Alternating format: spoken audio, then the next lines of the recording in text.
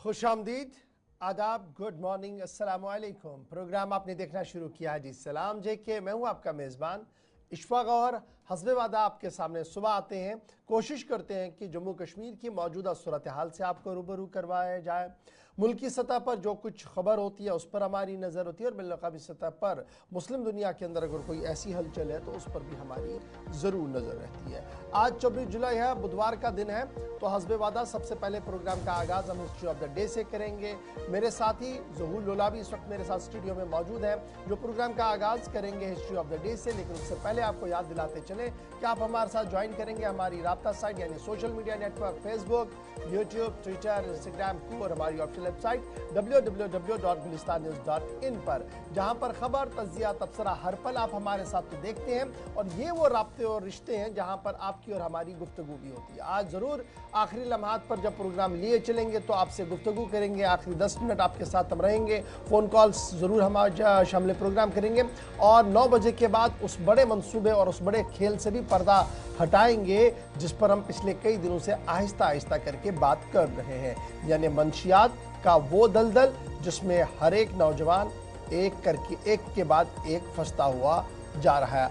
आज from the horses mouth उन लोगों की बात आपको बताएंगे जो मुसलसल इस तकदौ में है कि अब वो इस दलदल से बाहर आए, कैसे फंसे, क्या कुछ हुआ और कहां पर उन्हें नजात दिख रही थी बाद में। जरा इस पर आज गुफ्तगू करेंगे, इसलिए आप हमारा पूरा साथ देंगे और अपना फीडबैक भी हम तक पहुंचेंगे। सबसे पहले पड़ाव पर हिस्ट्री ऑफ द डे। बहुत शुक्रिया इशफाक। तो नाज़रीन, प्रोग्राम की शुरुआत तय फॉर्मेट के हिसाब से हिस्ट्री ऑफ द डे के साथ करेंगे कि माजी में आज के दिन की क्या अहमियत है। चंद अहवाक़ात है वो एक एक करके आपके सामने रखेंगे। आपको बता दें कि आज 24 जुलाई है, साल 2024, बुधवार का दिन है। तमाम माजी में आज के दिन क्या कुछ हुआ है एक एक करके मुल्क और आलमी सतह पर वो आपके सामने रखेंगे। आपको बता दें कि आज के दिन 1985 में उस वक्त के वज़ीर आज़म राजीव गांधी और सिख लीडर हरचंद सिख लोंगावाल के दरमियान अमन मुआहिदा हुआ था। इसकी शुरुआत आज के दिन हुई थी। और आज के दिन 2004 में इटली ने हिंदुस्तानी सयाहों के लिए 7 वीजा कॉल सेंटर शुरू किए। 7 सेंटर शुरू किए थे ताकि जो सयाह है उनको वीजा मिल सके। और आज के दिन 1994 में आसाम के बसबारी में बोडो इंतहा पसंदों ने 37 लोगों का कत्ल किया था। इसकी शुरुआत भी आज के दिन हुई थी। और 24 जनवरी 2000 में आज से कबर 24 बरस पहले एस विजय लक्ष्मी शतरंज की पहली खातून ग्रैंड मास्टर बनी। ये खातून पहली शतरंज की। और 1793 में आज के दिन फ्रांस ने दुनिया के पहले कॉपीराइट कानून को मंजूरी दी। आज से फ्रांस में इसकी शुरुआत हुई थी कॉपीराइट कानून का। और 1823 में आज के दिन चिली में गुलामी का राज खत्म हुआ, मुकम्मल तौर पर इसका खात्मा हुआ था। और 1870 में आज के दिन अमेरिका में पहली रेल खिदमत का आगाज हुआ, रेल खिदमत शुरू हुई अमेरिका में। इसकी शुरुआत आज के दिन हुई थी। और 1944 में दूसरी जंग अजीम के दौरान जर्मनी में 300 तैयारों ने बमबारी की, तबाही मचा दी। और 1961 में आज के दिन अमेरिकी तिजारती तैयारा क्यूबा में अगवा किया गया और दुनिया में ये पहला तैयारा हादसा था जब किसी तैयारे को अगवा किया गया। इसकी शुरुआत अमेरिका से हुई थी, क्यूबा में ये तैयारा अगवा हुआ था। और आज के दिन 1974 में कब्रिस में जमहूरियत का क़याम अमल में आया, डेमोक्रेसी आज के दिन वहां पे अमल में आई। और 1982 में आज के दिन जापान के नागासाकी में सैलाब से पुल गिरा जिसके नतीजे में 300 के करीब अफराद हलाक हुए थे। बड़ा हादसा आज के दिन पेश आया था। और 1890 में आज के दिन सूबा बाजार क्लब फुटबॉल टीम किसी इंग्लिश टीम को हराने वाली पहली हिंदुस्तानी टीम बनी। यह खिताब उन्होंने आज अपने नाम किया, सूबा बाजार क्लब, जिन्होंने पहली इंग्लिश टीम को हराने वाली पहली हिंदुस्तानी टीम का खिताब जो है वो अपने नाम किया। ये थी माजी की बात, एक एक करके हमने आपके सामने रखी कि माजी में आज के दिन यानी 24 जुलाई को आज के दिन क्या कुछ हुआ था। अब सीधा खबरों पर चलेंगे और शुरुआत करेंगे लोलाब से, क्योंकि लोलाब से इस वक्त की बड़ी खबर आ रही है जहां पे सिक्योरिटी फोर्स और मिलिटेंट के बीच झड़प हुई है, जिसके नतीजे में अभी तक मिली इतलात के मुताबिक एक मिलिटेंट हलाक हुआ है जबकि एक जवान जख्मी हुआ है। आपको बता दें कि शुमाली कश्मीर कुपवारा का लोलाब इलाका है और लोलाब का तुर्माखंड एक जंगली इलाका, जहां पे कल ये झड़प शुरू हुई थी। पहली तलाशी कार्रवाई चली और उसके बाद सिक्योरिटी फोर्सेस और मिलिटेंटों के बीच राबता हुआ, जिसके बाद फायरिंग हुई, गोलियां चली और दोनों अतराफ से गोलियां चली, जिसके बाद एक एनकाउंटर शुरू हुआ और रात देर गए तक ये एनकाउंटर जारी रहा। और फिर से जब गोलियों का तबादला हुआ तो इस एनकाउंटर में अभी तक एक मिलिटेंट के हलाक होने की खबर सामने आ रही है, जबकि एक जवान जो है वो जख्मी भी हुआ। ये तस्वीरें रात देर गई के हैं जब तलाशी कार्रवाई चली और उसके बाद सिक्योरिटी फोर्स और मिलिटेंटों के बीच फायरिंग का तबादला हुआ, जिसके नतीजे में एक मिलिटेंट हलाक हुआ है, जबकि एक सिक्योरिटी फोर्स का एहलकार जो है वो जख्मी हुआ है। ताम इस वक्त भी बड़े पैमाने पर इस वक्त झड़प जारी है। सीधा आपको बताते चले कि जो अस्करी तर्जुमान हैं उनकी तरफ से सोशल मीडिया साइट एक्स पर जो थोड़ी देर पहले चिनार कॉर्प्स की तरफ तहरीर किया गया, उसमें यह साफ कर दिया गया ये सारा ऑपरेशन जो है ये एक इंटेलिजेंस इनपुट मिला था कि एक इलाके के अंदर जो कुपवाड़ा लोलाब का एरिया क्या है वहाँ पर मिलिटेंट छुपे बैठे हैं, जिसके बाद सर्च ऑपरेशन शुरू किया गया और सर्च ऑपरेशन रात देर गए एनकाउंटर में तब्दील हुआ, जिसकी बाद में पुलिस ने भी तस्दीक की।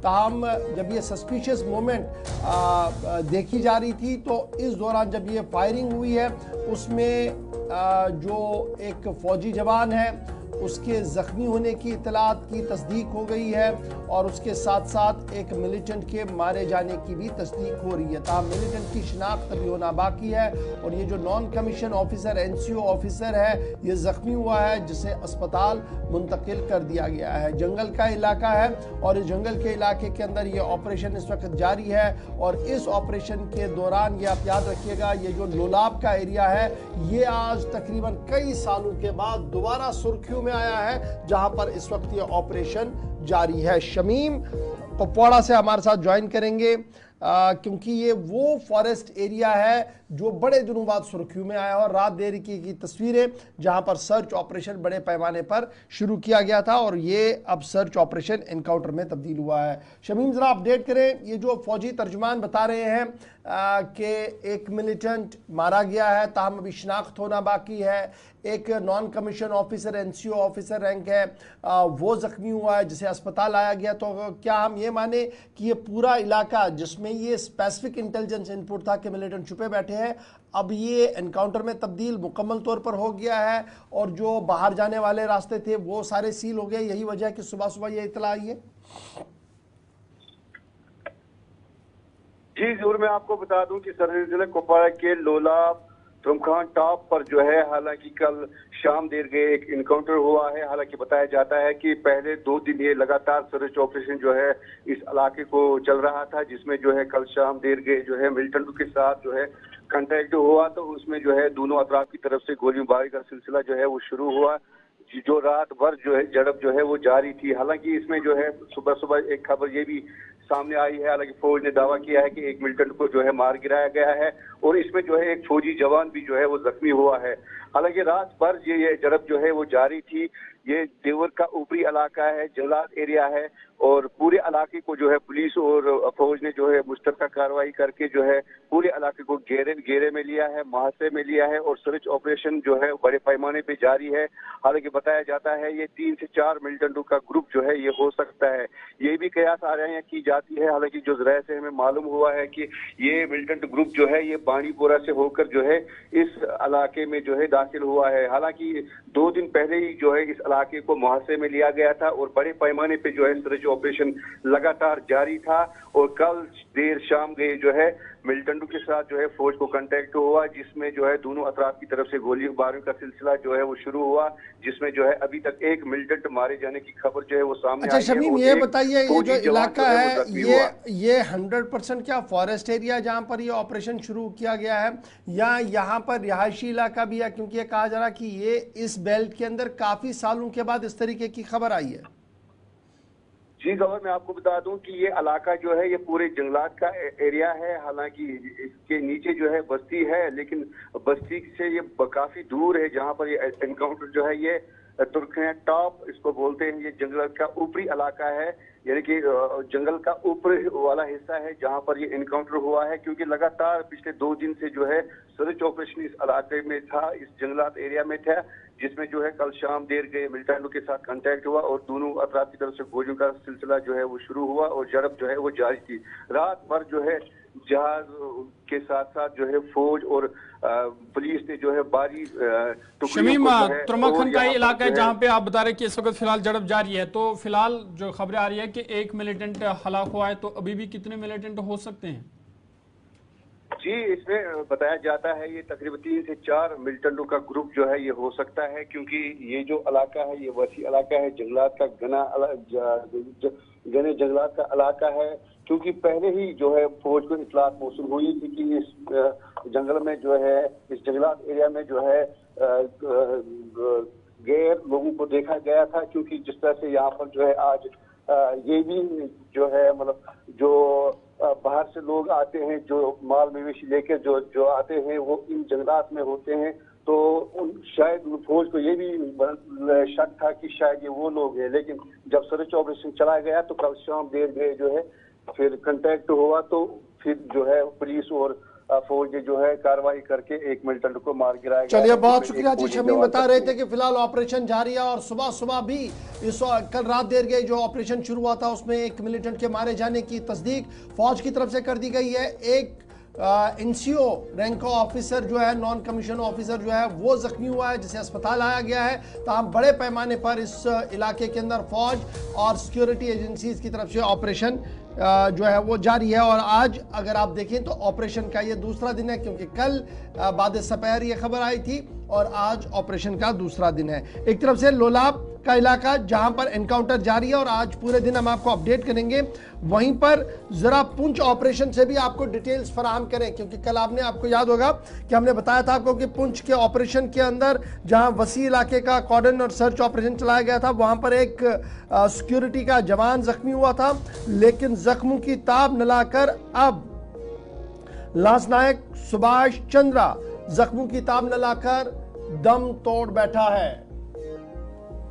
बड़ी खबर आपको बता रहे हैं कि आज कल ये ऑपरेशन शुरू हुआ था बतल सेक्टर में, जहां पे दरअंदाजी हुई थी, ताहम दरअंदाजी की कोशिश को सिक्योरिटी फोर्स ने नाकाम बनाया था और इस दरमियान वहां पे फायरिंग का तबादला हुआ था और फायरिंग के इस तबादले में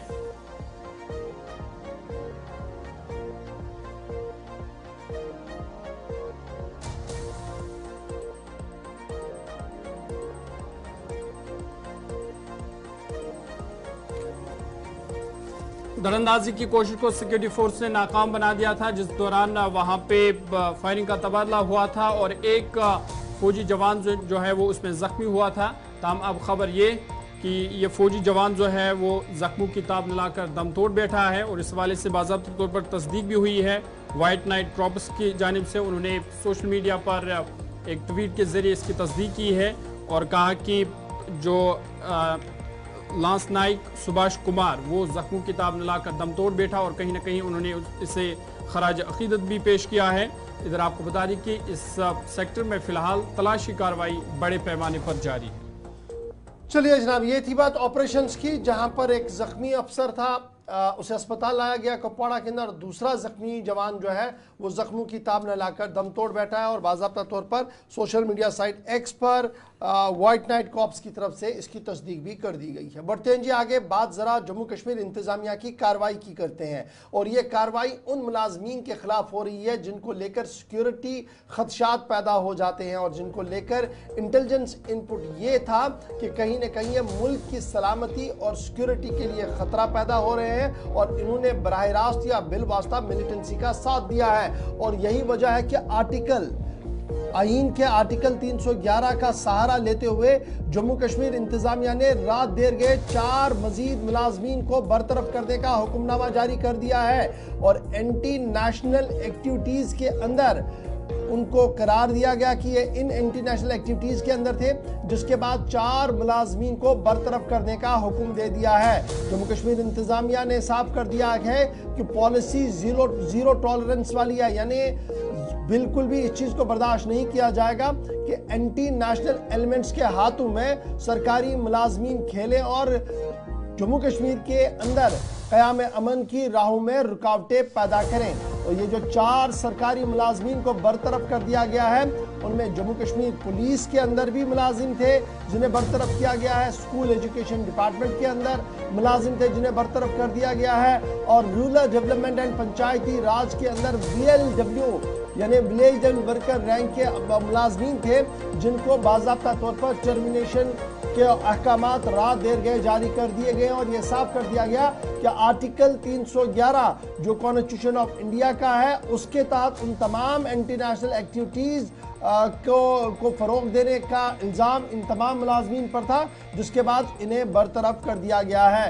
Jammu Kashmir police, school education department, rural development and panchayati raj से वाबस्ता मुलाजमीन को रात देर गए बरतरफ किया गया है। इमरान नाइक को मजीद तफसीलात के लिए हमारे साथ है। इमरान, जरा ये अपडेट करें कि पुलिस ने कार्रवाई की है, सरकार ने कार्रवाई की है, पुलिस कांस्टेबलों के खिलाफ भी सरकार ने कार्रवाई की है, स्कूल एजुकेशन डिपार्टमेंट में मुलाजमीन के खिलाफ भी और पंचायती राज के अंदर काम करने वाले मुलाजमीन पर भी। तो सबसे पहले जरा डिटेल में बताइएगा कि ये कहां के मुलाजमीन है, किन डिस्ट्रिक्ट से इनका ताल्लुक है और सरकारी हुक्मनामे के तहत क्या क्या इल्जामात इन तमाम मुलाजमीन पर लगाए गए हैं। जी बिल्कुल, जम्मू कश्मीर हुकूमत ने गुज़िश्ता रोज मुख्तलिफ महकमों से ताल्लुक रखने वाले 4 मुलाजमीन को उनके मुबैना मिलिटेंसी और मुल्क मुखालिफ सरगर्मियों में मुलविस होने पर बरतरफ कर दिया है। इनमें पुलिस महकमे के 2 कांस्टेबल्स, महकमा तालीम का 1 जूनियर असिस्टेंट और दही तरक्याती और पंचायती राज महकमे का 1 VLW शामिल है। इन मुलाजमीन को आईन हिंद के आर्टिकल 311(2)C के तहत इंक्वायरी के बगैर बर्खास्त किया गया है। बर्खास्त किए गए मुलाजमीन में इम्तियाज अहमद लोन जो कि त्राल पुलवामा से ताल्लुक रखते हैं, पुलिस महकमे में कांस्टेबल थे, सरकारी बयान के मुताबिक असलह और गोला बारूद की सप्लाई, नकलो हमल और मिलिटेंसी के वाकयात में सहूलत फराम करने में मुलविस पाए गए हैं। इसी तरह बाजिल अहमद मीर जिनका ताल्लुक खुरहामा लालपुरा कुपवारा से है, जो कि महकमा तालीम में बतौर जूनियर असिस्टेंट काम करते थे, इन्हें लोलाब इलाके में मनशियात के स्मगलिंग और मिलिटेंटों के साथ रवाबित में मुलविस पाया गया। इनके अलावा मुश्ताक अहमद पीर जो कि कलमुना वेलगाम हंदवारा से ताल्लुक रखते थे, पुलिस महकमे में सिलेक्शन ग्रेड कांस्टेबल बतौर काम करते थे, पाकिस्तान में मनशियात के स्मगलरों के साथ राबते और नॉर्थ कश्मीर में मनशियात का कारोबार करने के जुर्म में इन्हें बरतरफ किया गया है। बसग्रान उड़ी से ताल्लुक रखने वाले मोहम्मद जैद शाह जो कि रूरल डेवलपमेंट और पंचायत राज महकमे में बतौर VLW काम करते थे, यानी विलेज लेवल वर्कर, इन्हें LOC के पार से मनशियात की स्मगलिंग और मिलिटेंटों के साथ रवाबित के इल्जाम में नौकरी से बरतरफ किया गया है। हुकाम के मुताबिक जैद शाह 1990 में पाकिस्तान मुंतकिल होने वाले जम्मू कश्मीर ओरिजिन के अफराद के साथ मुस्तकिल राब्ते में थे जो वहां मिलिटेंटों की तरबियत हासिल कर रहे हैं और पाकिस्तान के ज़ेर इंतज़ाम कश्मीर में आबाद हैं। सरकारी बयान के मुताबिक हुकूमत ने गवर्नमेंट सर्विस में शामिल मुल्क दुश्मन अनासिर के खिलाफ जीरो टॉलरेंस पॉलिसी अपनाई है। वाज़ेह रहे कि जम्मू कश्मीर के लेफ्टिनेंट गवर्नर की इंतजामिया ने आर्टिकल 370 की मनसूखी के बाद तकरीबन 60 सरकारी मुलाजमीन को उनके मुबैना अस्करियत पसंदी और मुल्क दुश्मन सरगर्मियों में मुलविस होने पर बर्खास्त किया है। इन मुलाजमीन को आईन के आर्टिकल 311(2)C के तहत बरतरफ किया गया है। आर्टिकल 311(2)C हुकूमत को इजाजत देता है कि वो किसी मुलाजिम को इसके तर्ज अमल की इंक्वायरी का हुक्म दिए बगैर या इसके मौक़िफ़ की वजाहत का मौका फराहम किए बगैर बर्खास्त कर सकती है। यानी कि कुल मिला के उन सरकारी मुलाजमीन के खिलाफ हुकूमत का रवैया बिल्कुल सख्त है जो मुल्क मुखालिफ या मिलिटेंसी की सरगर्मियों में मुलविस पाए जा रहे हैं, उनके खिलाफ बिल्कुल। अच्छा इमरान, जरा फटाफट से ये भी बताइएगा, ये तो थी वो तफसील जो रात देर के उन मुलाजमीन की थी जिन्हें बरतरफ किया गया, लेकिन अब खबर ये भी है कि सिविल सेक्रेटरीट के अंदर उन तमाम मुलाजमीन की फरिश्तें तश्कील दे दी गई हैं जो मुलाजमीन सोशल मीडिया का इस्तेमाल करते हैं और सरकार की पॉलिसियों को डायरेक्टली इनडायरेक्टली तनकीद भी करते हैं, क्योंकि इससे पहले भी एक हुक्मनामा जारी आया था जिसमें कहा गया था कि आप राब्ता साइटों का इस्तेमाल ना करें और ये जनाब दरअसल होगी उस पॉलिसी की खिलाफ वर्जी जिसके तहत आपको नौकरियां फराहम की गई है, इस एक्ट की खिलाफ वर्जी होगी। तो हम क्या ये माने कि अब ये सेकंड फेज शुरू होगा? एक तो मिलिटेंसी वाला फेज था, दूसरा अब ये जो सोशल मीडिया पर फर्जी नामों से या अपने नामों से कुछ ट्वीट करते हैं, कुछ चीजें तहरीर करते हैं, उस पर भी कार्रवाई अब? जी बिल्कुल, जैसा कि आपने खुद भी कहा कि पहले से गवर्नमेंट की तरफ से बाज़ाब्ता तौर पर एक सर्कुलर, एक ऑर्डर इशू किया गया था जिसमें तमाम सरकारी मुलाजमीन को डायरेक्शंस दी गई थी, एडवाइजरी इशू की गई थी कि वो सोशल मीडिया का इस्तेमाल ना करें, खासकर इस तरह पे कि वो सरकार की पॉलिसियों के खिलाफ अपना व्यू पॉइंट दे। और ऐसे मुलाजमीन को गवर्नमेंट ने क्लियर कट डायरेक्शंस दी है कि उनके खिलाफ कार्रवाई अमल में लाई जाएगी। और इसी तरीके का ये जो जिसका आपने जिक्र किया कि सिविल सेक्रेटरीट के अंदर एक और मामला चल रहा है कि सरकारी मुलाजमीन जो है सोशल मीडिया का इस्तेमाल कर रहे हैं, अलग अलग फेक अकाउंट्स पर, चाहे वो ट्विटर पर, सोशल या फेसबुक या इंस्टाग्राम या डिफरेंट जो सोशल मीडिया साइट्स हैं, वहां पे वो फेक नाम पे अपनी व्यू पॉइंट्स या सरकारी पॉलिसियों पर तबसरे कर रहे हैं।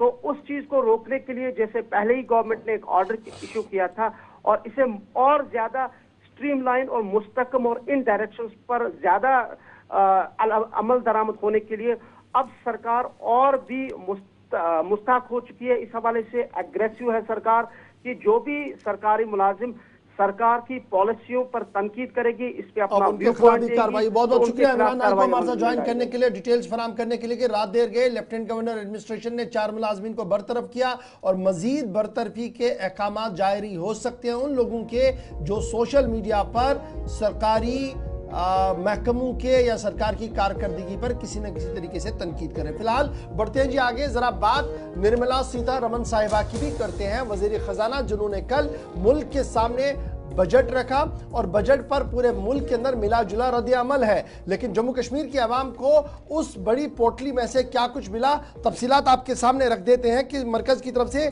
कुल मिलाकर 1,18,390 करोड़ रुपए का बजट जम्मू कश्मीर के लिए फराहम करने का ऐलान कर दिया है। और इसके साथ साथ यह भी साफ कर दिया गया कि जो फाइनेंशियल असिस्टेंस मरकज की तरफ से जम्मू कश्मीर इंतजामिया को दी जाएगी वो तकरीबन 5,000 करोड़ के आसपास होगा।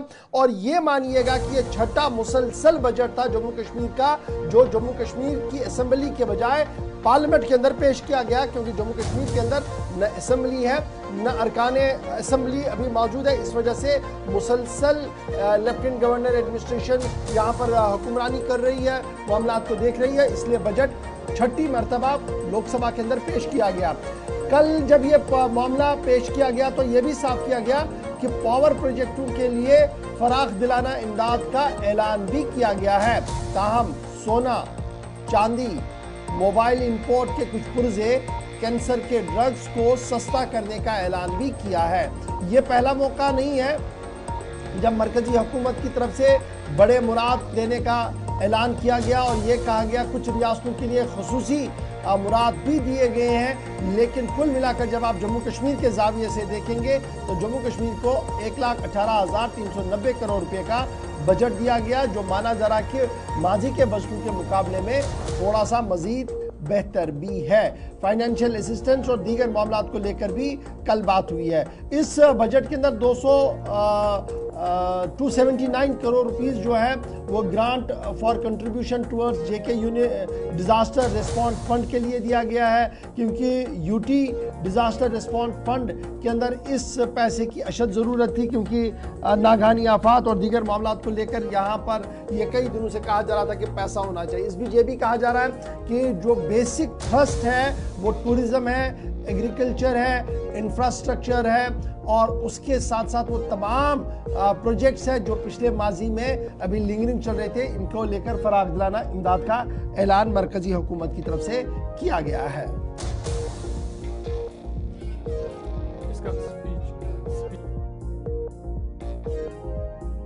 हमारे साथ है मारूफ ताजिर भी हैं, ट्रेड यूनियन लीडर भी है, वो इस बजट को कैसे देखते हैं? अबरार साहब बहुत शुक्रिया ज्वाइन करने के लिए। सलाम जेके में आपका पहला रिएक्शन, चूंकि कल से लगातार मुख्तलिफ जावियों से इस बजट को देखा जा रहा है, अपने अपने तरीके से इसको खंगालने की कोशिश कर रहे हैं। अबरार तरीन साहब, आपकी नज़र में किस तरीके से इस बजट को देखा जाए?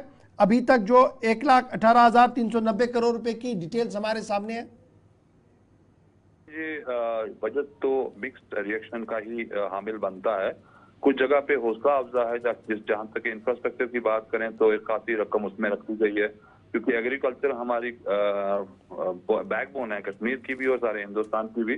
तो उस हवाले से भी अच्छे उसमें कई एक स्टेप्स हैं, जिसमें क्रिएशन ऑफ एफपीओज है, जो एफडैक्स है, बाकी चीजों का जो इसमें उल्लेख किया गया है वो बड़ा बढ़िया है।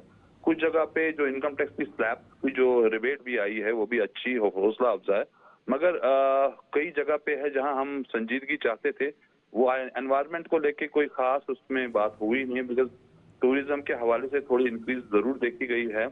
बैंकिंग सेक्टर्स में वी वर एक्सपेक्टिंग कि कोई ना कोई स्पेसिफिकेशंस, कुछ रिलैक्सेशंस हमें मिलेंगी, कोई एक कैप्सूल का अनाउंसमेंट होगा खासकर जम्मू कश्मीर के हवाले से।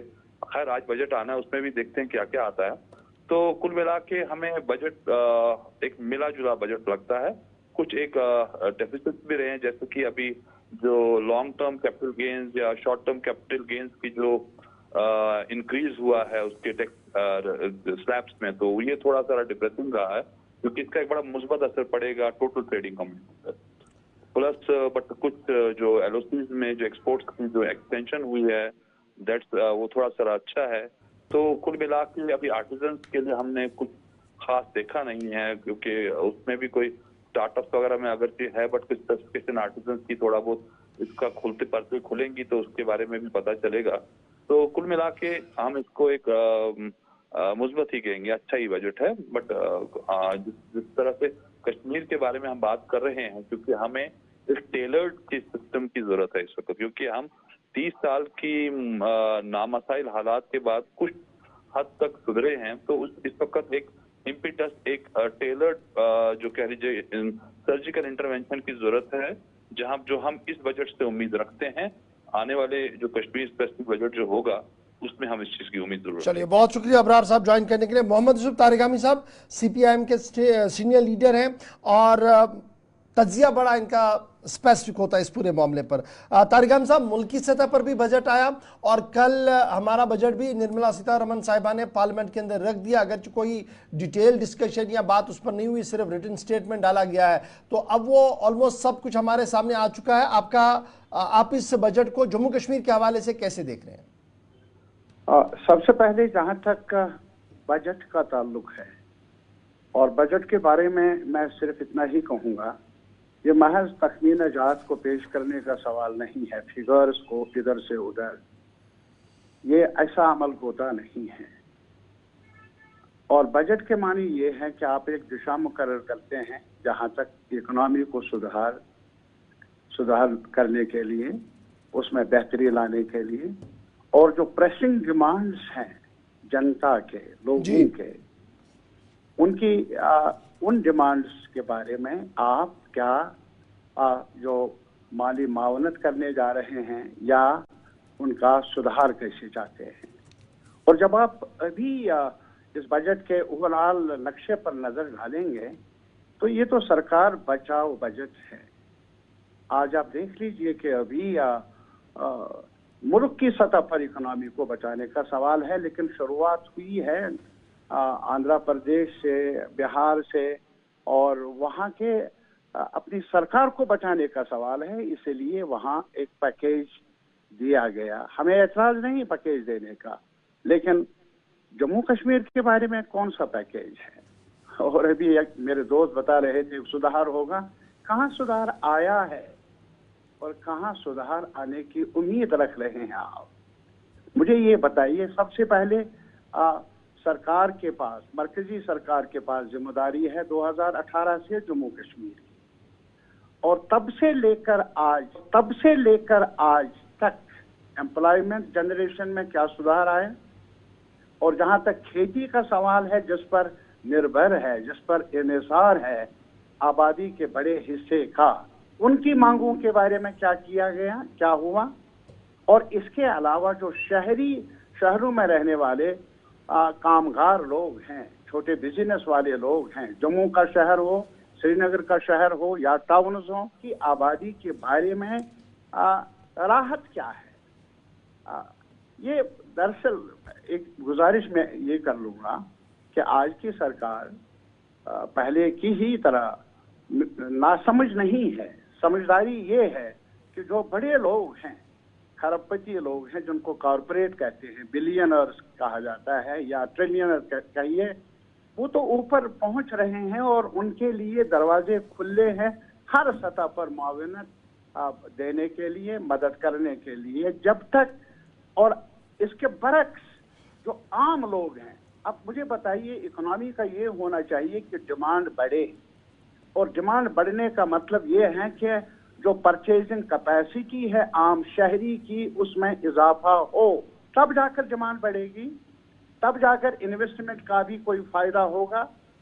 वो डिमांड, उनकी इन्वेस्टमेंट के लिए भी डिमांड बढ़ेगी। मुझे ये बताइए कि हाल देख लीजिए, आप गांवों की सतह पर जाइए, शहरों की सतह पर, इवन सैलरी जिसको टैक्स की कोई मामूली राहत मिली, लेकिन आज भी जम्मू कश्मीर में एक अच्छा खासा हिस्सा जो कैजुअल लेबर, जो कंट्रैक्चुअल लेबर, डेली वेजर, मुख्तलिफ स्कीमों को चलाने वाले लोग जो हैं, उनके लिए इस बजट में क्या है?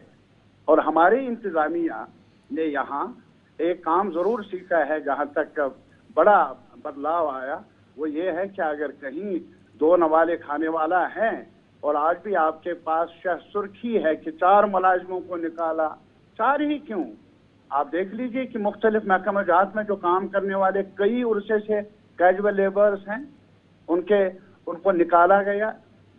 ये मेरे कहने का ये मतलब है, एम्प्लॉयमेंट जनरेशन की बजाय आप जो भी कहीं डेली वेजर है, लेबर है, उसको कस रहे हैं। और अगर आप मुलाजिम हैं कहीं, मुलाजिम को भी कहीं एक बहाना कभी दूसरा बहाना परेशान करने पर तुले हुए हैं। अभी इन्वेस्टमेंट के बारे में इन्होंने कहा था, बहुत कहा था। जम्मू में कितनी इन्वेस्टमेंट हो गई पिछले 5 साल में, 6 साल में? कश्मीर में कौन सी इन्वेस्टमेंट हो गई? मुझे बताइए। एक इन्वेस्टमेंट जरूर हुई है, तानाशाही में इन्वेस्टमेंट हुई है, मनमानी में इन्वेस्टमेंट हुई है, पकड़ दकड़ में इन्वेस्टमेंट हुई है, लेकिन इन्वेस्टमेंट रोजगार के वसाइल। कुल मिलाकर क्या मैं ये समझूं तारिक अहमद साहब कि आप जिन अल्फाज का इस्तेमाल कर रहे हैं, आप कह रहे हैं कि ये मायूस कुन है जी, जम्मू कश्मीर के जाविये से आपको कुछ दिख नहीं रहा है इसमें? नहीं, मायूस कुन ही नहीं, बहुत मायूस कुन है। और मैं ये गुजारिश कर लूंगा कि ऐसे फिगर्स को इधर उधर करने का नाम बजट होता नहीं है जी। एक स्टूडेंट इकोनॉमिक्स का होते हुए मेरे ख्याल में उन्हें समझ, और बल्कि आम शहरी को समझ में आ जाएगा कि मेरे लिए क्या है। मसलन अभी यहाँ किसान देख लीजिए, वो एमएसपी की लीगल गारंटी मांगते हैं, और कितने 100 लोगों ने कुर्बानियां भी दी है, एजुटेशन भी लड़ी है, जिक्र है। स्वामीनाथन कमीशन ने रिपोर्ट में अपनी सिफारिश दर्ज की, उसका जिक्र है। यहाँ सेब की काश्त है हमारे कश्मीर में, जिस पर अब निर्भर है। अरे बैरूनी ममालिक से सेब धड़ाधड़ आ रहा है हमारी मंडियों में, उस पर रुकावट नहीं। और यहाँ के सेब, हिमाचल के सेब, उत्तराखंड के सेब को प्रमोट करने के लिए जो मार्केट की फैसिलिटीज चाहिए वो नहीं। आप बड़े बड़े साहूकारों को, बड़े बड़े जो बिलियनर्स हैं, उनके कर्जजात माफ करने में कोई झिझक नहीं है आपको। वन टाइम हमने मांग की थी यार, केसीसी लोन, जो ज़राअत के मुतालिक जो लोन लिए हैं किसानों ने, चाहे जम्मू का किसान, यहाँ का किसान, यार उसमें कमी ला, उसको माफ कर लो, एक बार कर लो माफ, ताकि उसकी कमर सीधी हो जाए। वो भी 2 वक्त की रोटी कमाने के का मजाज हो गया। ऐसा किया नहीं जाता। बहुत शुक्रिया तारिक अहमद साहब, चूंकि वक्त की कमी है मेरे पास, मैंने आपको रोकना पड़ेगा। वो बहुत बहुत शुक्रिया। कुछ वाइटल पॉइंट्स आपने सामने रखे हैं। लेटेस्ट होप सो की डिबेट चलती रहे और हेल्दी डिबेट होती है, तनकीद बराए तनकीद ना हो बल्कि तनकीद बराए तामीर के कायल हम रहे हैं। आपने जो बातें कही हैं कुछ सही भी है, कुछ चीज़ों पर काम होना चाहिए। तो छोटा सा ब्रेक होगा जी। यहाँ पर ब्रेक के बाद ज़रा बजट से हटकर कुछ और बातें हैं, दिल्ली भी आपको लिए चलेंगे, लेकिन बजट के बाद आएंगे तो बात करेंगे उस जहर की जो हमारे नौजवानों को आहिस्ता आहिस्ता करके ख़त्म कर रहा है। छोटे से ब्रेक के फौरन बाद।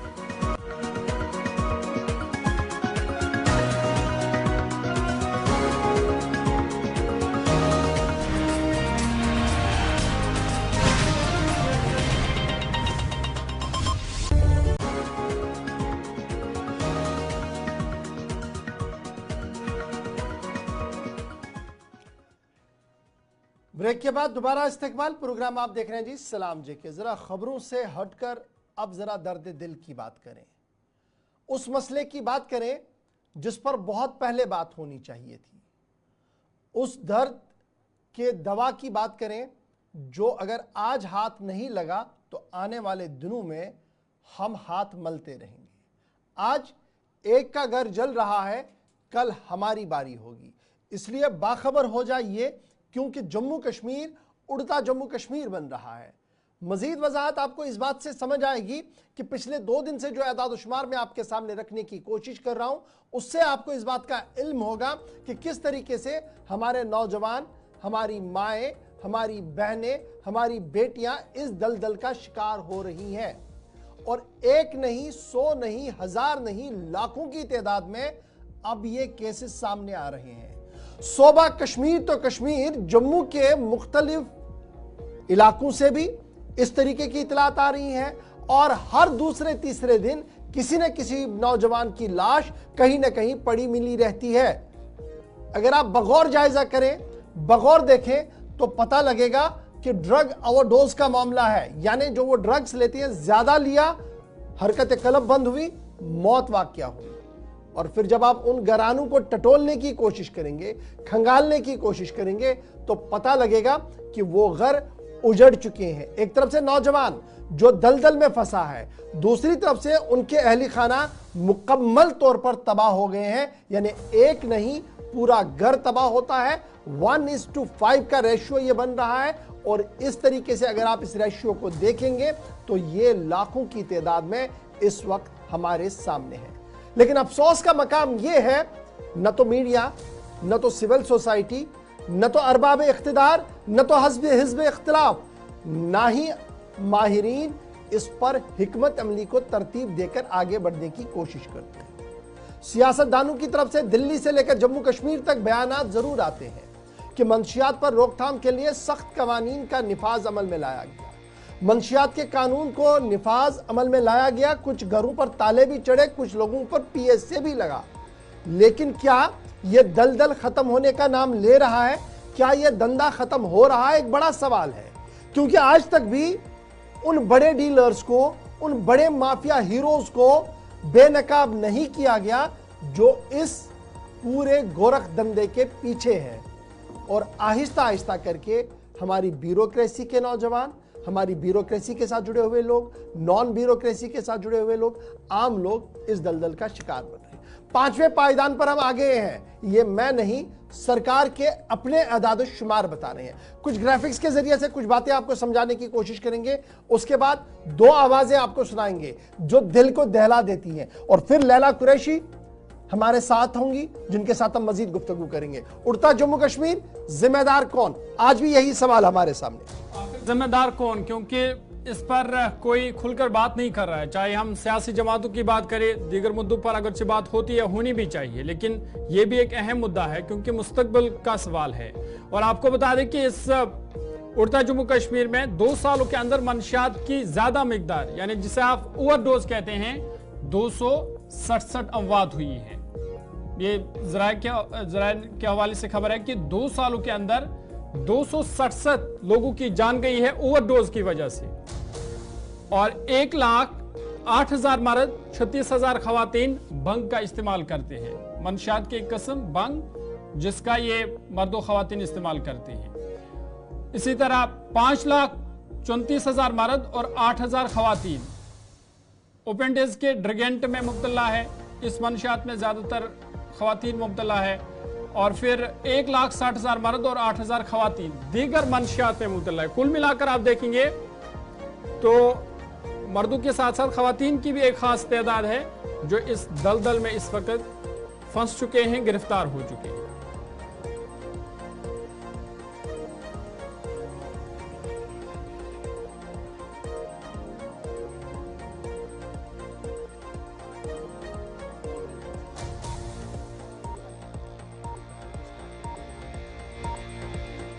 बोले चलो आज कर लो, एंजॉय कर लोगे, वो कर लोगे। जब मैंने ये एंजॉय करना स्टार्ट किया, ऑलमोस्ट 4 दिन के लिए मैंने ये, तो मुझे लगता है मेरे को फ्री में मिला है। जब मैं धीरे धीरे इसका एडिक्ट होता गया, जब मेरे को कल को ये मिला नहीं, तो मैं मजबूर हो गया मेरे घर वालों को बोलने के लिए कि मेरे को पैसे चाहिए, मेरे को ये चीज़ लानी है, मेरे को वो चीज़ लानी है, मेरे को स्कूल की फ़ी भरनी है। तो मैं उठा के पैसे लेके जाता था, वहाँ से लेके आता था, वो सब्सटेंस तो यूज़ करता था। यही प्रोसीजर रोज़ चलता गया जब तक मेरे फैमिली मेम्बर्स को शक होने लगा। अपना जो मेरा क्लोज रिलेटिव था और फ्रेंड भी था, मान लीजिए, उन्होंने मेरे घर वालों को बोला था कि आपका बेटा जो है ये ऐसे ऐसे गलत काम कर रहा था। उनको तो ऑलरेडी शक था, तो उसके बाद उन्होंने बोल दिया कि आपका बेटा जो है वो गलत काम में, गलत संगतों में पड़ा है। तो उसके बाद सर वो सिचुएशन तो मेरी जाहिर सी बात है सर सामने आ गई कि मैंने उनको सीधे सब कुछ एक्सेप्ट किया। मैंने अपने हाथ ऊपर किए, मैंने बोला हाँ गलती करता था, अब बस बचा लो मेरे को। तो उसके बाद सर उन्होंने मेरे को रिहैबिलिटेशन लिया था ड्रग डी एडिक्शन सेंटर। तो फिर डॉक्टर्स ने साफ साफ मना किया था कि अगर इसके बाद से करोगे तो प्रॉब्लम हो जाएगी, जिंदा नहीं बच पाओगे। तो उसके बाद से फिर छोड़ना पड़ा। हम स्कूल के पीछे जाते थे, मतलब उधर बहुत डिस्टेंस पे ग्रेवयार्ड था, क्योंकि उधर पे आता जाता नहीं था कोई। तो फिर स्कूल भी चेंज किया, बट वो लत छूटी नहीं हमारी उतनी ज़्यादा, क्योंकि हम बहुत ज़्यादा एडिक्ट हो चुके थे उसके साथ। तो वो पैसे ऐसे फ्री में नहीं देते थे, जैसे पहले उन्होंने इनवाइट किया था आ जाओ करो फ्री में, हमें भीख मांगनी पड़ती थी उनसे कि थोड़ा दे दो, बट वो नहीं देते थे। फिर चोरी का दिमाग में आता था, बट की नहीं। फिर फ़ोन जो भी हमारे पास अपना मटेरियल होता था महंगा महंगा, तो वो बेच देते थे, तो अपना वो कर लेते थे। जी, एक बार हम स्कूल में ही थे, बट वो कर रहे थे, बट उन्होंने हमें नहीं दिया उस टाइम। मतलब वो देख के हमें अंदर से होता है कि हमें चाहिए, बट वो नहीं दे रहे थे उस टाइम। मैंने फर्स्ट टाइम बाहर जाके किसी अननोन पर्सन को अपना आईफोन कुछ ही चंद पैसों के लिए वो बेच दिया मैंने, ताकि मैं ले सकूं वो। मेरी पढ़ाई पे तो बहुत इफेक्ट, पहले मैं 90% लेके आती थी, फिर जब हम एडिक्ट हुए इससे हमारी परसेंटेज पे बहुत असर पड़ता है, फैमिली पे भी इफेक्ट पड़ता है, क्योंकि हमारी लाइफ खराब नहीं हो रही होती है, हमारी फैमिली की लाइफ भी खराब हो रही होती है इस वजह से। चलिए, दो मुख्तसर सी बातें मैंने आपको बताई कि किस तरीके से इस दलदल में फंसा जाता है और फिर वापस निकलने के रास्ते बड़े महदूद होते हैं। लैला कुरैशी साहब हमारे साथ हैं, बहुत बहुत शुक्रिया मैडम ज्वाइन करने के लिए। किन अल्फाज से इन मामलात को हम देखें, मेरी सिविल सोसाइटी का हाल क्या है वो सबके सामने, लेकिन आप एक ऐसी शख्सियत है जो बराह रास्त इस तरीके के मरीज़ों के साथ, लोगों के साथ, लड़कियों के साथ मिलती है। ज़रूर मेरे नाज़रीन ये जानना चाहेंगे कि कैसी कैफियत होती है जब ये आदमी आपके पास आता है, क्या कुछ होता है उसके दिमाग में और किस तरीके से आप उसको ट्रीट कर पाते हैं? जी, अस्सलाम वालेकुम और बहुत बहुत शुक्रिया कि आपने ऐसा प्रोग्राम स्टार्ट किया जिससे लोगों को अवेयरनेस मिलेगी और थोड़ा बहुत हम एजुकेट कर सकेंगे लोगों को इस बारे में, क्योंकि हमारे कश्मीर में बहुत ज़्यादा ड्रग्स बढ़ चुका है। मुझे लगता है पहले जो डेटा था उससे डबल हो रहा है, डिक्रीज नहीं हो रहा है, इंक्रीज हो रहा है। रही बात जो पेशेंट्स हमारे पास आते हैं हमारे रिहैबिलिटेशन सेंटर में, मेरे पास अल्फाज ही नहीं है, मैं कैसे बयान करूं कि उनकी हालात कैसे होते हैं। आप समझे कि जैसे एक पानी से मछली निकालती है, वो कितनी तड़पती है पानी के लिए, वैसे ही ये बच्चे तड़प रहे होते हैं अपने लत के लिए, जो ड्रग्स इन्होंने लिए होते हैं उसके लिए तड़पते हैं ये। तो सबसे पहले जो हमारा ट्रीटमेंट है वो विड्रॉल्स को केटर करता है, क्योंकि विड्रॉल सबसे ज़्यादा मुश्किल होते हैं। विड्रॉल्स का मतलब ये है कि आपकी बॉडी से ड्रग निकल रहा है, आप ड्रग्स छोड़ रहे हैं, उस टाइम पे बॉडी कोलैप्स हो सकती है, ब्लड प्रेशर हाई लो हो सकता है, डायबिटिक पेशेंट्स जो हैं उनके लिए काफ़ी रिस्क होता है। इनफैक्ट इतना ज़्यादा गट प्रॉब्लम्स हो जाते हैं, उल्टियाँ आते हैं, लूज मोशंस लगते हैं। लिटरली एक बच्चा जो है वो 7 दिन तक सिर्फ अपनी बॉडी के साथ जूझ रहा होता है, क्योंकि उसको बेतहाशा तकलीफ होती है। सिर्फ बॉडी तकलीफ नहीं, उसको इतनी क्रेविंग होती है कि बस मैं तोड़ फोड़ करके यहाँ से निकलूं और किसी तरीके से पेडलर के पास पहुंचूं और ड्रग्स ले लूं। हमारे बहुत सारे बच्चे जिन्होंने हाथ पांव हमारे जोड़े, जिन्होंने भागने की कोशिश की, जिन्होंने स्टाफ पे अटैक किया, जिन्होंने हमें अब्यूज किया कि भाई हमें यहाँ से निकलना है, हमें ड्रग करना है, तो उस टाइम पे विड्रॉल्स बहुत ज़्यादा इंपॉर्टेंट होते हैं। केटर अच्छे से करना, उसके लिए हमारे साइकेट्रिस्ट हैं doctor Umar, he is doing a wonderful job. वो उनको मेडिकेशन दे के, कुछ इंजेक्शंस दे के, उनका जो भी फार्मा ट्रीटमेंट है वो उनको करके विड्रॉल्स केटर करते हैं। उसके बाद बच्चा थोड़ी बहुत कंडीशन में आता है कि वो हमसे बात कर सकता है, फिर काउंसलिंग उनकी स्टार्ट होती है। काउंसलिंग के बाद उनकी डेली एक्टिविटीज़, जिसको मैं कहूँगी कि एक रहन सहन का तरीका, नहाना, अपने दांतों को ब्रश करना, खाना पीना, वो सब वो भूल गए होते हैं, उनको याद ही नहीं होता या उनकी वो आदत ही रह गई होती है। उनको वापस वॉशरूम में ले जाना, नहलाना, उनकी अपनी सफाई करवाना, उनके दांत ब्रश करवाना, उनको खाना, उनकी एपेटाइट जीरो हो गई होती है जिस वजह से उनमें बहुत बॉडी में कमजोरी आई होती है। आहिस्ता आहिस्ता उनको वो फूड देना जो वो खा सके, जिससे उनकी एपेटाइट बढ़े। उसके बाद तीसरा फेज आता है पेरेंट्स का, फैमिली इन्वॉल्वमेंट होती है। बिकॉज मुझे लगता है बहुत ज्यादा हाथ होता है फैमिली का जब बच्चे इसमें मुलविस होते हैं, उनके साथ फैमिली सेशंस होते हैं, बच्चे अपने आप को एक्सप्रेस करते हैं। उसके बाद फोर्थ फेज आता है जब हमें लगता है कि नहीं, बच्चा अब बाहर की दुनिया के साथ लड़ने के लिए तैयार है, हम कोशिश कर डिस्चार्ज करने के लिए। ट्रायल पे डिस्चार्ज करने से पहले हम कोशिश करते हैं कि किसी ना किसी को कहीं ना कहीं हम एम्प्लॉयमेंट दें या कोई ना कोई ऐसा जरिया दे कमाने का जिससे वो घर पे ना बैठे। कुछ जगहों पे हम सक्सेसफुल हो जाते हैं, कुछ जगहों पे नहीं होते हैं। जब बच्चा बाहर निकलता है, सबसे इम्पोर्टेंट पार्ट ट्रीटमेंट की है जब बच्चा बाहर निकलता है। हमारे सेंटर में सारे बच्चे अच्छे होते, ड्रग फ्री होते, बट बिकॉज यहाँ पे हमारा माहौल वैसा है, जब बच्चा बाहर जाता है बहुत सारे बच्चे रिलैप्स होते हैं क्योंकि उनसे कंट्रोल नहीं होता है। बाहर जाते हैं ट्रायल पे, वो वापस आते हैं, बोलते हैं मैम हमसे कंट्रोल नहीं हुआ, हम रिलैप्स हो गए। हम उनका ट्रीट फिर से करते हैं। कुछ ऐसे बच्चे हैं जो बाहर चले जाते हैं, स्पेशली इन गल्फ। हम बहुत सारे बच्चों को सऊदी, कतर, ओमान भेज देते हैं क्योंकि वो इस लत से दूर रहे, क्योंकि वहां पे अवेलेबिलिटी नहीं है। दुबई हम पहले भेजते थे, अब नहीं भेजते क्योंकि हमारे पास वहां के भी बहुत सारे केसेस आए हैं जो कश्मीरी वहां बच्चे गए थे, वो वापस आए हैं ड्रग करके वहां आए हैं। तो ये बहुत ही हैरानगी वाली बात हमारे लिए। ये बड़ा इम्पोर्टेंट है। बाहर जाते हैं जो बिल्कुल रिकवर हो से हो रही हैं, कोशिशें मुख्तलिफ लोगों की तरफ से हो रही है कि किसी तरीके से जी जी।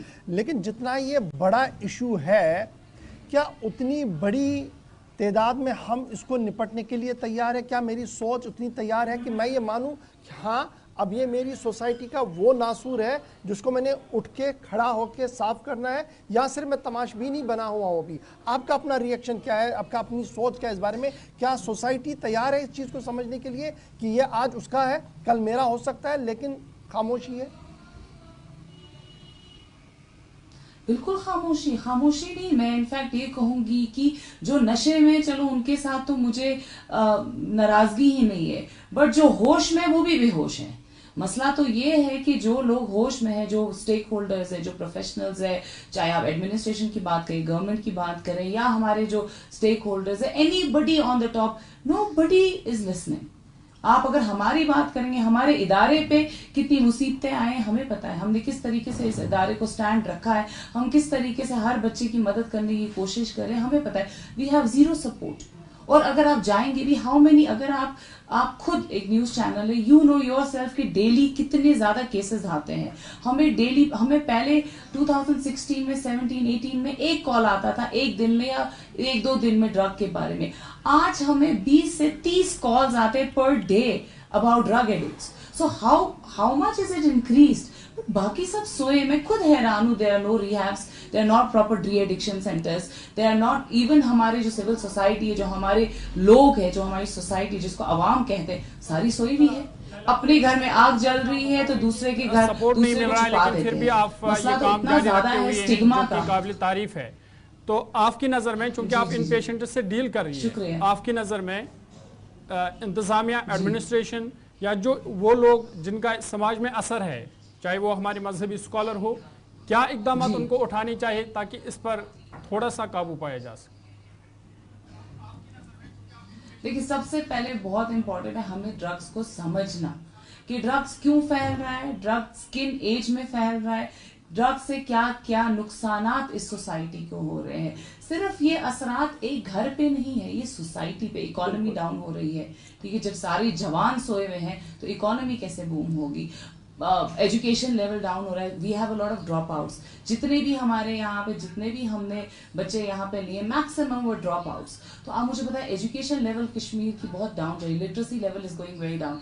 सोसाइटी में एक ऐसी आग लगी है जो हम बुझा ही नहीं रहे हैं। तो हम सबको, forget about administration and the government, ठीक है, I have no much hope on them, but जो हम एज अ सोसाइटी है, हमें बाहर निकलना है, हमें इस आग को बुझाना है, हमें मिलके काम करना है। मसला है कश्मीर ये है, कश्मीरी के अगर एक घर में आग लग रही है तो दूसरा चुप है, एक घर का बच्चा जो नौजवान है वो ड्रग्स में तिलतमा रहा है, तो दूसरा घर वाला जो है वो चुप है। इतने सेल्फिश हो गए हम लोग, इतने सेल्फिश हो गए कि दिन दहाड़े लड़के जो हमारे ड्रग से मर रहे हैं, हमें कोई फर्क ही नहीं पड़ रहा है, हम बस अपने घर में ठीक हैं। तो आप मुझे बताएं, जब हर कोई ऐसा सोचेगा तो लैला कुरैशी, एक बड़ा इंपॉर्टेंट है और जो ये मैं आपसे आज भी जानना हम चाहूंगा, ये बड़ा इंपॉर्टेंट सवाल होगा मेरे लिए भी। अक्सर नोशन ये है, जब मैं इसको रिसर्च कर रहा था, लोगों से पूछा कर रहे थे, ये तो अमीर लोगों का चोचला है जी, अमीर लोगों के बच्चे फंसे हैं। लेकिन मेरा जो रिसर्च है, अब ये अमीर गरीब की तमीज भूल चुका है, अक्रॉस द लाइन सारे इसमें चले गए हैं। क्योंकि आप डायरेक्टली देख रहे हैं क्या है पोजीशन और उम्र की हद कौन सी है, और ये जो हमारी बेटियां इसमें फंस रही हैं, कैसे आप इसको हैंडल कर पाएंगे? क्या क्या क्या है ग्राउंड जीरो की कहानी? देखिए, सब रियलिटी, एक आपको रियलिटी चेक देती हूँ। हमारे रिहैबिलिटेशन सेंटर में सबसे छोटा पेशेंट 7 years था। It's not a joke. 7 साल, मेरा अपना बच्चा 9 साल का है, 7 साल का बच्चा हेरोइन ले रहा था, इंजेक्शन। ये एक मजाक की बात नहीं है कि कश्मीर में 7 साल का बच्चा जो है वो हेरोइन लेता है और खुद अपने हाथों से इंजेक्ट करता है। आप उस बच्चे की कैफियत देखें, आप देखिए वो बच्चा किस दर्द से गुजर रहा होगा, आप देखिए उसके माँ बाप किस दर्द से गुजर रहे होंगे, और जो उसके दोस्त है, जो उसका स्कूल है, उस पर क्या असरात होंगे। उसके बाद सबसे बड़ा पेशेंट हमारे पास 70 years का आया है, 70 years।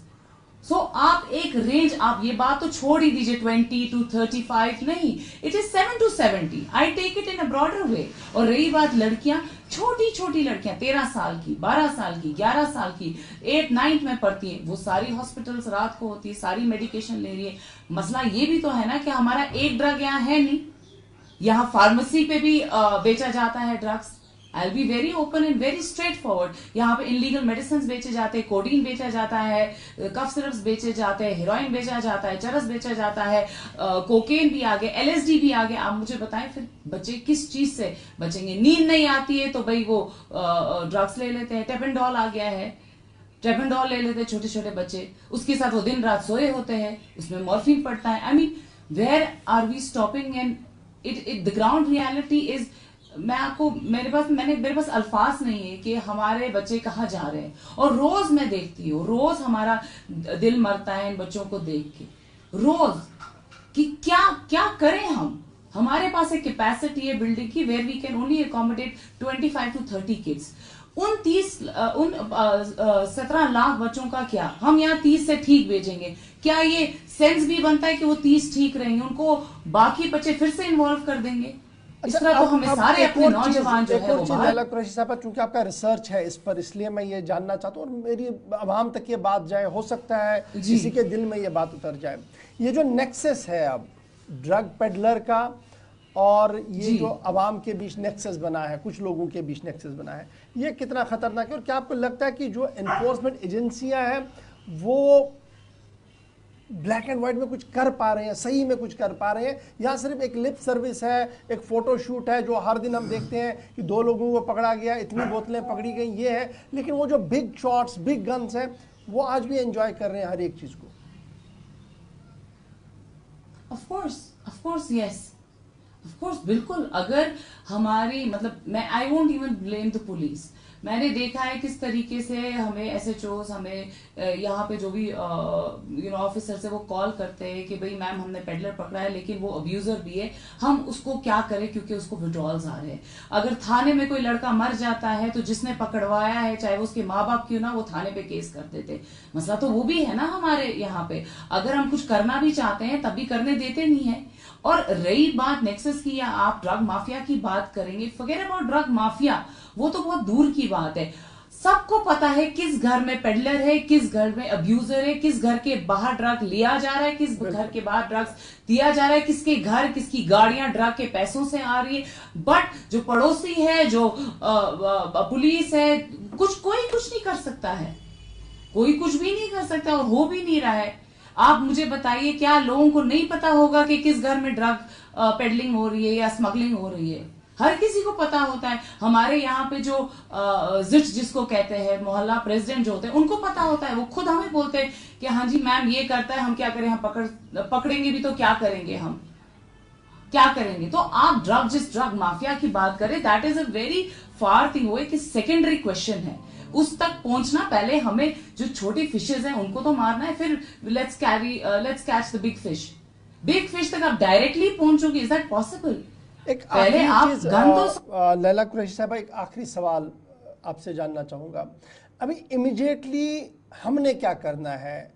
क्या हम ये जो छोटे छोटे सेंटर चला रहे हैं इन्हीं को आगे बढ़ाना है, या कुछ एक मैकेनिज्म बनाना है जहाँ पर इन लाखों लोगों को हम रिहेबिलिटेट कर पाएँ, इनको ला के एक दायरे में रख पाएँ? सी देयर इज अ सिस्टम। आप जो ये कह रहे हैं ना, एक बड़ा रिहेबिलिटेशन, हम लाखों लोगों वहां लाएंगे, दैट इज नॉट पॉसिबल। एक सिस्टम है जिसमें ड्रग खत्म हुआ जाता है, और वो सिस्टम शुरू होता है हर घर से, हर मोहल्ले से, एजुकेशन सेंटर से, ऑफिस से, गवर्नमेंट एम्प्लॉय से, हर जगह से। If I run a school, it is my duty to check every child कि कोई बच्चा ड्रग तो नहीं इस्तेमाल कर रहा है। आप मुझे एक बात बताएं, मेरा स्कूलों पे एक सवाल है, यूडीएस होता है कभी? UDS means a simple urine test जो एक बच्चे का हो सकता है, और वहीं पे पता चलेगा वो बच्चा ड्रग ले रहा है कि नहीं। कितनी बार हमने सारे स्कूल्स को कहा कि भाई एक यूडीएस टेस्ट कराओ, हम अपनी नर्स भेजेंगे, हम अपने मैन पावर भेजेंगे, आप सिर्फ हमें किट्स अवेलेबल करो ताकि आपको पता चले आपके स्कूल में कौन ड्रग ले रहा है कौन नहीं। No school education is bothered about this. छोड़े स्कूल एजुकेशन, मुझे बताएं गवर्नमेंट एम्प्लॉयज जो है, क्या उनका यूडीएस होता है before they are employed? No. क्या प्राइवेट सेक्टर में यूडीएस होता है before they are employed? No. So how can you even recognize who is doing drugs? Tell me, when we don't have a data. क्या मुझे आप एक बात बताइए, हॉस्पिटल जब आता है, लड़का एडमिट होता है, लड़की एडमिट होती है for any other physical reasons, क्या उसका यूडीएस होता है? सबसे पहले हमारे सेंटर में सबसे पहले अगर एम्प्लॉयड नहीं आता है उसका यूडीएस होता है, क्योंकि हमें जानना है कि कोई वो ड्रग तो नहीं ले रहा है जो यहाँ पे है। एक सिस्टम बनाना है। सबसे पहले हमें रिकॉग्नाइज करना है कि कितने बच्चे इसमें इन्वॉल्व है, कितने बुजुर्ग इसमें इन्वॉल्व है, कितने जवान इसमें इन्वॉल्व, कितने गवर्नमेंट एम्प्लॉयज इसमें इन्वॉल्व, कितने ऑफिसर्स इसमें इन्वॉल्व है, कितनी औरतें, कितनी लड़कियां, कितनी प्राइवेट सेक्टर। क्या मैं इसको ऐसे बताऊं कि जिस तरीके से हम बायोमेट्रिक करते हैं हर जगह पर कि भैया आपकी हाजिरी लाजमी है, लेकिन बायोमेट्रिक से होनी है ये हाजिरी, अब ये वाला एक छोटा सा यूरिन टेस्ट ये मैंडेटरी करना है, ये जानने के लिए कि मेरे लेफ्ट राइट में जो लोग बैठे हैं क्या ये ड्रग एडिक्ट है या नहीं है। They are drug free. Yes, यहाँ पे हमारे सेंटर में, I am a female, I am the cofounder of the centre. हम जब टेस्ट करते सारे स्टाफ का रेगुलर टेस्ट होता है और अचानक होता है, मैं खुद टेस्ट भी करती हूँ अपना। हम लड़कियां जो यहाँ पे काम करती हैं हम भी टेस्ट, हमारे काउंसलर्स हैं, नर्सेज हैं, सब टेस्ट करते हैं, because it's mandatory, it's important, it is very important. Mandatory होना चाहिए यूडीएस हर डिपार्टमेंट में, हर एजुकेशन सेंटर में, हर जगह, even in police, even in administration, everywhere. जब आपको वहीं ऑन स्पॉट पता चलेगा जी मेरे 10 एम्प्लॉयज ड्रग्स करते हैं, तो फिर गवर्नमेंट की, अगर गवर्नमेंट एम्प्लॉयज 10 हैं जो सपोज ड्रग्स करते हैं, उनका फिर रिहैबिलिटेशन उस सेक्टर का, इस सेक्टर की रिस्पॉन्सिबिलिटी है। इस पे स्कीम्स है, इस पे रिहैबिलिटेशन पे स्कीम्स निकली हैं। कोई कुछ करना ही नहीं चाहता है, और इतना स्टिग्मा अटैच्ड है। सबसे पहले हमें ये समझना है कि भाई इस वजह से हेपेटाइटिस सी, ए, बी हो रहा है। It is a major, emergency in our society के हेपेटाइटिस ए, बी, सी के यहाँ पे 90% जो है केसेस आ रहे हैं। अब मुझे पता है वो फैलेगा नहीं, घर वालों को नहीं फैलेगा, दूसरों को नहीं फैलेगा। HIV केसेस आ रहे हैं जो कश्मीर में बहुत मिनिमम था। आप सिर्फ ड्रग की बात नहीं कर रहे हैं कि भाई कोई ड्रग ले रहा है, कोई नशा ले रहा है, वो नशे में, उस नशे से उसको और बाकी सोसाइटी को कितने नुकसानात हैं वो हम देख ही नहीं रहे, अनदेखा कर रहे हैं। तो एक सिस्टम हमें बनाना है, डिमांड सप्लाई कट करनी है, ठीक है, एक सिस्टम बनाना है, हमें रिकॉग्नाइज करना है कौन कौन ड्रग ले रहा है, कौन नहीं ले रहा है, कौन क्लीन है, उसके बाद रिहैबिलिटेशन आता है। पहले हमें डेटा तो लाना है ना, पहले हमें देखना तो है ना। बहुत बहुत शुक्रिया लैला कुरैशी साहिबा हमारे साथ ज्वाइन करने के लिए। क्योंकि बहुत बड़ा टॉपिक है ये, हम कोशिश करेंगे कि हर दिन इस पर कोई ना कोई गुफ्तगू हो, ताकि मेरी जो सिविल सोसाइटी है, मैं, मेरे आसपास रहने वाले लोग, बात तो हम घर में करते हैं लेकिन खुलकर सामने आए। वक्त ये है कि इस आग को बुझाना है, इसका इंतज़ार नहीं करना है कि ये पड़ोसी का घर जल रहा है। आज पड़ोसी का घर जला है, कल मेरा भी जल सकता है अगर मैंने आज एहतियाती तदाबीर नहीं किए। फिलहाल छोटा सा ब्रेक होगा जी। यहाँ पर ब्रेक के उस पार आपको लिए चलेंगे तो कुछ अहम तरीन खबरें आपके साथ हम शेयर करेंगे, बात करेंगे दिल्ली के धरने प्रदर्शन की भी और कुछ मजीद बातें भी आपके साथ करेंगे छोटे से ब्रेक के बाद।